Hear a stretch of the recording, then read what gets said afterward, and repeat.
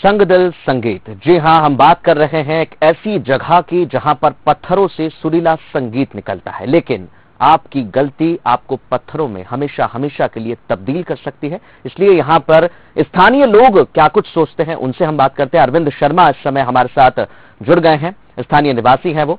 अरविंद, बहुत स्वागत कार्यक्रम में आपका। सबसे पहले आपसे जानना चाहेंगे, जो किंवदंतियां हैं, जो कहानी है, उनमें कितनी सच्चाई है, और आप कब से देख रहे हैं यहाँ पर पत्थरों से संगीत निकलता हुआ? भाई साहब, मैं इस समय 67 साल की उम्र है। हमारे बाप दादाओं के समय से ऐसा होता आया है। और ये जो नगाड़ों से आवाज निकलती है, ये वैरायटी इनकी भिन्नता है। सब जितने भी पत्थर हैं ये भिन्नता है स्वर में। और इसके क्या है कि ये जो बारात यहाँ पर पत्थर बन गई थी उसके बारे में है, मगर हम लोगों का उससे ज्यादा मतलब इसमें विश्वास पे है। हम लोग सिद्ध दादा पर बहुत ज्यादा विश्वास करते हैं। किसान हैं, पशुपालन, खेती, परिवार का सुख दुख, हर चीज के लिए हम इनकी जोड़ी पर हाजिरी भरते हैं। और विशेष रूप से हमारे जब खेती का काम होता है, देव शनि एकादशी अभी आने वाली है, उसको यहाँ बहुत बड़ा पूजा होती है जी। उसके साथ ही हम लोग शिवरात्रि पर, नवरात्रि में शिवरात्रि, और इसके बाद पूर्णिमा, ऐसे कई काम होते यहाँ होते रहते हैं। साल में एक दो बार भंडारा भी होता है। दिवाली के बाद मरई का मेला भी लगता है। और यहाँ विश्वास बहुत हम लोग करते हैं, और भगवान की कृपा है या सिद्धदादा की कृपा है, उन्होंने ऐसी सिद्धि की है कि हम लोगों की बहुत ज्यादा संकट है, उनको दूर करने में वो सहायक होते हैं जी। अरविंद जी, एक चीज आपसे जानना चाहेंगे, जैसा आप बता रहे हैं कि बारात यहाँ पर निकल रही थी और बाबा के श्राप से पूरी बारात पत्थरों में तब्दील हो गई, तो अलग अलग संगीत क्या पत्थरों से निकलता है? अलग अलग संगीत निकलता है। पत्थरों की साइज भी, उनका आकार भी छोटा बड़ा है, कुछ गोल है, कुछ थोड़े लंबे से हैं। और ये हम लोगों को तो विश्वास बहुत है, यहाँ के ग्रामीण जन इन पर बहुत विश्वास करते हैं। इस स्थान पर किसी ने सिद्धि प्राप्त की थी पर, और उनका जो प्रसाद रूप में वो अपनी सिद्धि हम हमारे सुख दुख में साथ देते हैं, उसके लिए हम उनके लिए हमेशा पूजा करते रहते हैं जी। अरविंद जी, जैसा कुछ किंवदंतियां ऐसी भी हैं कि यहाँ पर बाबा का क्रोध बहुत ज्यादा है, तो कभी ऐसा आपने देखा है कि किसी ने यहाँ छेड़खानी करने की कुछ कोशिश की हो, कुछ गलत तरीके से यहाँ पर कोई पहुंचा हो गलत इरादों से, तो उसका भी कुछ ऐसा ही कुछ कहानी या कुछ किंवदंती आपने सुनी क्या कभी? यहाँ पर भाई साहब सब लोग आते हैं भगवान इनके इसके लिए, अपने सुख दुख के निवारण के लिए, सुख दुख कोई में आते हैं यहाँ लोग। मगर एक बात है कि यहाँ पर इतनी सिद्ध स्थान है कि बुरी दृष्टि वाला आदमी की यहाँ ज्यादा देर टिकता नहीं। हमने कई लोगों को नुकसान होते देखे हैं। यहाँ पर बैठ कर नशा भी करते हैं, गांजा वगैरह पी ले। शराब तो नहीं पीते, मगर बोलते हैं भोले का प्रसाद है, सिद्ध दादा का प्रसाद है, तो गांजा पी लेते हैं। उनको भी कुछ सुविधा नहीं मिलती, उनको और कुछ दिक्कत होती है। यहाँ पर बहुत सिद्ध स्थान है और पवित्र स्थान है। इसकी पवित्रता हम लोग बनाने में पूरी जितनी हमारी कोशिश होती है पूरी करते हैं, पवित्र बनाए।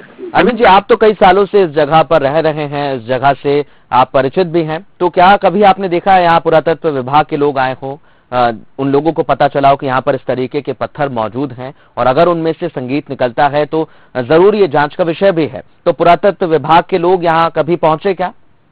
मेरे संज्ञान में तो ऐसा नहीं है कि कभी पुरातत्व विभाग के लोग यहाँ आए हो।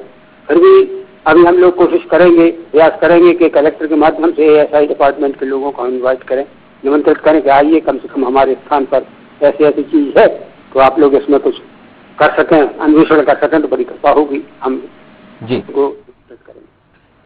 और अरविंद जी, एक चीज और आपसे जानना चाहेंगे, जैसा आप बता रहे हैं कि यहाँ पर लोगों की आस्था का केंद्र है, तो जिस तरीके से यहाँ पर हमने देखा है पत्थरों का इलाका थोड़ा बहुत ही है, बाकी जो इलाका है वो मैदानी है, तो आगे आसपास क्या कोई और मंदिर मौजूद है, और खजाने की बात भी यहाँ पर सामने आई है, तो इसको लेकर आप कितना विश्वास उस पर करते हैं?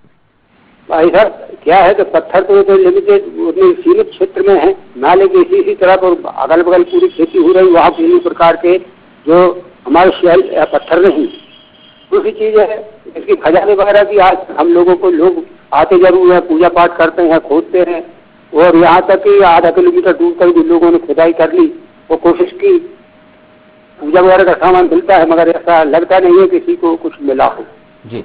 ऐसा नहीं है। वहाँ पर लोग सोचते हैं कि ये बारात है, बारात का जो धन संपदा है वहीं रह गई होगी, गड़ी होगी, वो मिल जाएगी, मगर अभी तक ऐसा लगता नहीं कि किसी व्यक्ति को कुछ मिला हो जी। अरविंद जी, जैसा बता रहे हैं कि जो बाबा का स्थान है, यहाँ पर लोगों की खासी आस्था है, जो गांव है, जो ग्रामीण है, उनकी खासी आस्था है।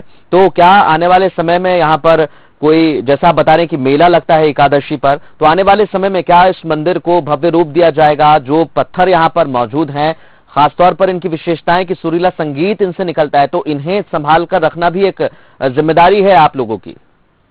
हम लोगों के आसपास जिन भी किसानों के खेत हैं, और एक परिवार तो हमारा ऐसा है कि उसके खेत में कुछ पत्थर हैं, मगर वो उसमें खेती करता नहीं है, छोड़ दिया कि नहीं ये तो सिद्ध दादा को हमने दे दिया है ये जगह। यानी जितने भी जगह में पत्थर हैं, जो शिलाएं हैं, उनको किसी भी स्थिति में छेड़छाड़ नहीं करते। उनका अनुरक्षण करने के लिए हम पूरी तरह से मुस्तैद रहते हैं, और आसपास के किसान हैं और हम लोग हैं, बिल्कुल पूरी तरह से हम लोग करते हैं, अपनी व्यवस्था उचित करते हैं। जी, चलिए, बहुत शुक्रिया अरविंद जी तमाम बातचीत के लिए। अरविंद शर्मा हमारे साथ जुड़े थे। उनका कहना है कि लंबे समय से वो यहाँ पर मौजूद हैं और ये क्षेत्र जहाँ पर बाबा की कृपा बनी हुई है, काफी आस्था है वहाँ के लोगों की, और आश्चर्यचकित यहाँ पर पर्यटक हो जाते हैं जब वो पहुंचते हैं, वो देखते हैं कि यहाँ पर कुछ पत्थरों से तो वैसा ही साउंड निकलता है, लेकिन कुछ ऐसे पत्थर यहाँ पर मौजूद हैं जिनसे सुरीला संगीत निकलता है।